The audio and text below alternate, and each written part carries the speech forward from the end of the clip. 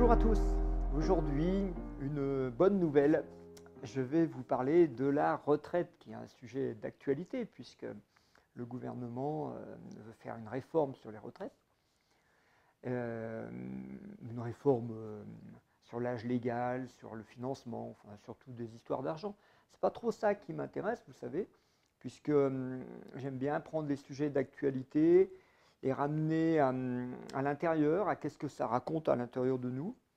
Et par exemple à moi, qui ai passé l'âge de la retraite et qui suis à la retraite, comme on dit, qu'est-ce que ça signifie d'abord le mot retraite? Alors, le mot retraite, on entend être en retrait, c'est-à-dire il y a la vie active où je fais, puis il y a la vie passive où je suis en retrait.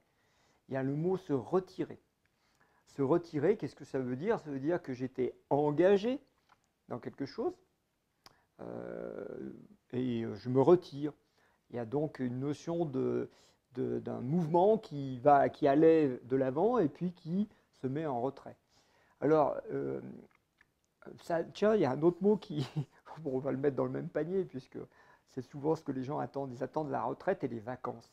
Alors, le mot vacances, un logement vacant, par exemple, il est tout de suite envahi par les rats ou les squatteurs. Donc, quand on laisse quelque chose de vacant, c'est-à-dire de vide, il y a autre chose qui vient le remplir. Donc, ces mots qu'on attend avec impatience, à la retraite et les vacances, il y a un petit piège là derrière, symbolique, qui est que c'est la fin de quelque chose. On va être envahi ou on va être en retrait, c'est-à-dire en observateur, en quelque chose de. On ne va plus participer à la vie, quoi, quelque part. Et à la vie active, en tout cas. Et c'est ça qui est intéressant à regarder déjà dans un premier temps. Parce que tout ça repose bien sûr sur un symbole réel qui lui est bien vrai, c'est que l'activité physique du corps en vieillissant devient plus difficile et il y a des choses qu'on peut difficilement faire à un âge avancé, et ce qui fait que les personnes âgées se retrouvent plus à faire des tâches faciles, on va dire, que des actions physiquement fatigantes. Bon, c'est la logique du corps. Donc, il est logique aussi qu'en symbolique, on ait cherché à instituer quelque chose qui s'appelle la retraite, qui permet aux gens, lorsqu'ils ont atteint une limite, de pouvoir se mettre au repos. Et la notion de repos, elle existe depuis la nuit des temps, elle a toujours existé, et elle est même dans le texte de la Genèse, puisque même Dieu, le 7e jour, se repose et observe sa création, et il en est nourri et satisfait. Donc il y a quelque chose chez l'humain qui fait qu'on va avoir une période active qui va nous permettre de construire quelque chose, et puis une période un peu plus passive où on va observer notre création et en être satisfait. Donc normalement, voilà, le symbole de la retraite, ça devrait être ça. Alors, il y a un truc qui est un peu embêtant, c'est l'âge légal de la retraite. Parce que là, moi, je viens de parler de biologique et de physique. Et vous savez bien que chaque individu étant différent, chaque métier étant plus ou moins difficile, c'est pour ça que les syndicats vont parler de la pénibilité de l'emploi, eh bien en fait l'âge de fatigue, l'âge où on a envie de partir, besoin ou besoin de se reposer, n'est pas le même pour les individus. Alors ça dépend non seulement du travail que l'on faisait, mais aussi de l'hygiène de vie qu'on a eue. Parce que quand on a abusé du corps physique, ou du corps émotionnel ou du corps mental, quand on a abusé dans plein de domaines, il y a un âge où ça devient fatigant, même l'idée d'aller au travail devient fatigant. C'est pour vous dire comment on est fatigué. Bon, mais il y a des gens aussi à 30 ans, ils sont déjà fatigués d'aller au travail. C'est là où vous voyez que l'âge légal va nous poser, la notion de loi va nous poser un problème au niveau individuel, va nous poser un problème. Parce que moi, personnellement, j'ai dépassé l'âge légal, mais je travaille tout le temps. Je travaille tous les jours. Je ne me sens pas fatigué, au contraire, je trouve que mon travail me régénère, mon travail me fait du bien. Pourquoi est-ce qu'on m'obligerait à m'arrêter? Pourquoi je devrais m'arrêter? Est-ce que je ne devrais pas plutôt attendre que ma conscience me dise là, il faudrait que tu lèves le pied, là, il faudrait que tu fasses. est-ce que je ne devrais pas attendre les messages du corps? Ben si. Et c'est là où ça pose problème, le débat sur la retraite actuellement, c'est que, en fait, sous le prétexte de donner un âge légal, sous le prétexte de défendre, enfin pour le gouvernement, le prétexte de retarder l'âge légal, et les syndicats, le prétexte de défendre un âge à 60 ans, ou 62 ans, ou 63 ans, enfin peu importe, on s'en fout. Tout ça, en fait, cache un mensonge. C'est qu'on parle d'argent, on parle de financement de la retraite. Et là, ça devient intéressant parce qu'on change de débat. On va parler de qu'est-ce que ça représente le fait d'être en retrait ou le fait d'être en vacances, par exemple. Qu'est-ce que ça représente au niveau énergétique et au niveau financier, donc. Parce que là, on touche le même symbole. Eh bien, en fait, la vie, on est vivant parce qu'on a de l'énergie dans le corps. Donc, on reçoit une somme d'énergie qu'on appelle l'énergie vitale en énergétique chinoise, qui est une sorte de don du Big Bang, là, qui vient par les géniteurs, qui passe à travers nos lignées. Il y a des lignées plus ou moins costauds, plus ou moins solides, des gens qui vivent vieux, des gens qui vivent pas vieux. Et cette notion d'énergie vitale, c'est un peu comme si on vous donnait un revenu universel à la naissance. On vous dit, voilà, tu es né, tu as droit à 1 million, et c'est l'argent dont tu vas disposer toute ta vie, ou c'est l'énergie dont tu vas disposer toute ta vie. Et à toi d'aller le plus loin possible, comme tu veux, quand tu veux. Tu fais ce que tu veux avec cette énergie. C'est le libre arbitre. Et nous, dans notre société, on va transformer ça en symbole, en argent qu'on gagne. On dit gagner sa vie. C'est-à-dire de l'argent qu'on gagne en travaillant. En fait, ce n'est pas de l'argent qu'on gagne, c'est de l'argent qui nous est dû, qui est l'argent que l'on a, la vitalité que l'on a, et que l'on matérialise, bon, par le travail par exemple. Ça devrait être à respecter déjà, puisque c'est quelque chose qui représente notre vitalité, notre alimentation.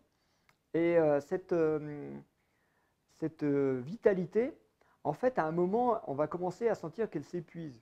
Quand on arrive, pour certains, à 50 ans, à d'autres à 60, 70 ans, on sent que la vitalité commence à diminuer.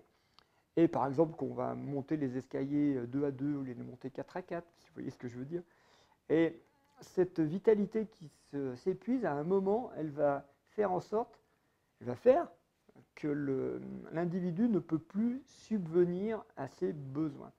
C'est-à-dire que l'individu, en vieillissant, ne peut plus aller travailler, ne peut plus aller au champ ou au jardin, ne peut plus aller chercher de la nourriture. Et dans les traditions, ce qui se passe à ce moment-là, c'est que le collectif accompagne la personne vers sa fin de vie en subvenant à ses besoins. Le premier collectif qui fait ça, c'est la famille. C'est-à-dire qu'il y a encore 2 générations, les anciens restaient dans la maison avec 1 ou 2 générations qui étaient là. C'est-à-dire que là où j'habite, les maisons étaient très grandes. Et par exemple, il y avait beaucoup plus d'habitants qu'actuellement, parce que chaque maison comprenait au moins 10, 15 habitants, alors que maintenant il y en a 2, voire 1 quand il est célibataire. C'est-à-dire que des maisons de plusieurs centaines de mètres carrés ne sont plus habitées que par une personne. Comment faire quand la personne va vieillir s'il n'y a pas la famille pour l'accompagner? Ben, il y a un autre système, c'est celui qu'on a mis en place après la guerre, qui s'appelle la retraite. C'est-à-dire qu'on va dire, bien, ceux qui sont vivants, ceux qui sont jeunes et bien portants, vont subvenir aux besoins de ceux qui vieillissent et ne sont plus capables, n'ont plus assez d'énergie pour subvenir eux-mêmes à leurs besoins. C'est-à-dire que ça s'appelle la solidarité collective. Et le fait de parler de l'argent en termes de retraite, c'est juste un symbole de l'énergie vitale qui est due par le collectif à l'individu, parce qu'on n'abandonne pas un humain seul dans son coin, sans ressources et sans avoir de quoi à manger. C'est un symbole qu'on retrouve dans la vie des humains. C'est pas du tout un problème financier. Alors pourquoi est-ce qu'on transforme ça en problème financier?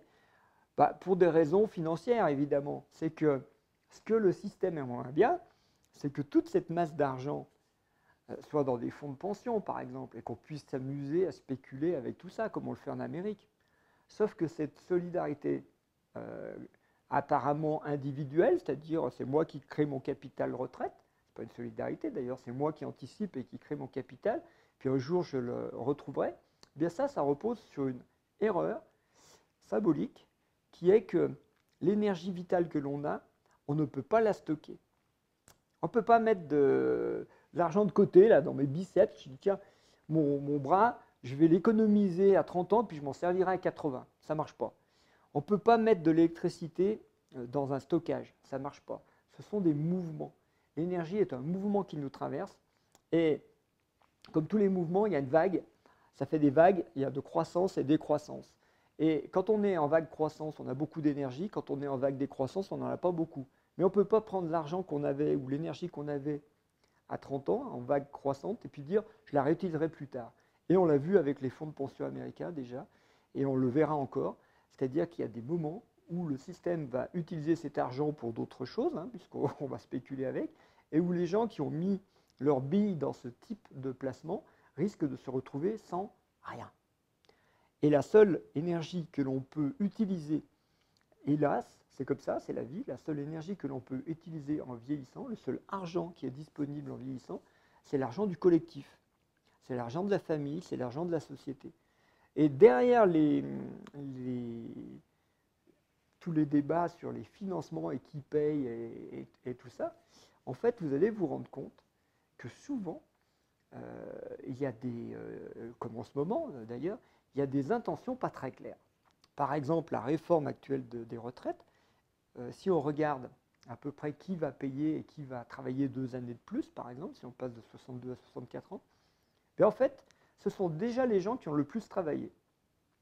Parce que ce sont les gens qui ont commencé à travailler à 18-20 ans, qui vont travailler 2 années de plus, et ce sont eux qui ont déjà le plus donné pour le collectif.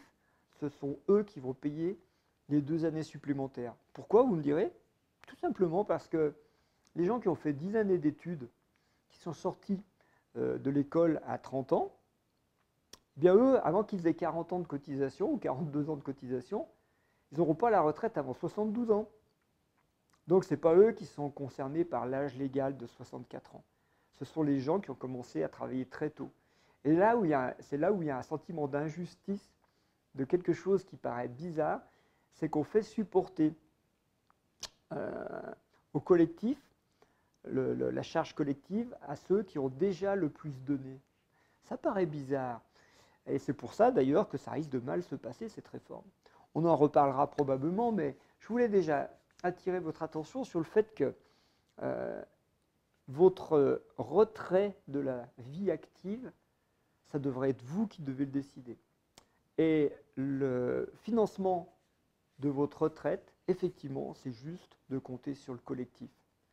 Parce que on n'est pas, plus on va vieillir, plus on va se rendre compte que nous ne sommes pas des individus séparés, mais que nous sommes issus d'un tout. Et d'ailleurs, quand on va mourir, qu'est-ce qu'on va faire? On va retourner dans ce tout. Voilà, c'est un symbole intéressant à regarder pour que vous prépariez au mieux votre retrait, vos vacances et qui sait, votre vie active. Ouais, je vous souhaite plein de bonnes choses. Méditez tous ces symboles de la retraite. Regardez ce qui est décidé, quels sont les débats, quels sont les enjeux. Et vous verrez que tout ça, ça parle de vous à l'intérieur, de comment vous gérez votre vie active, comment vous gérez votre énergie vitale et comment vous la mettez au service de votre construction ou d'une construction de quelque chose qui vous concerne, mais aussi de quelque chose qui concerne le collectif. Parce que l'humain, c'est un collectif. Allez, je vous dis à bientôt.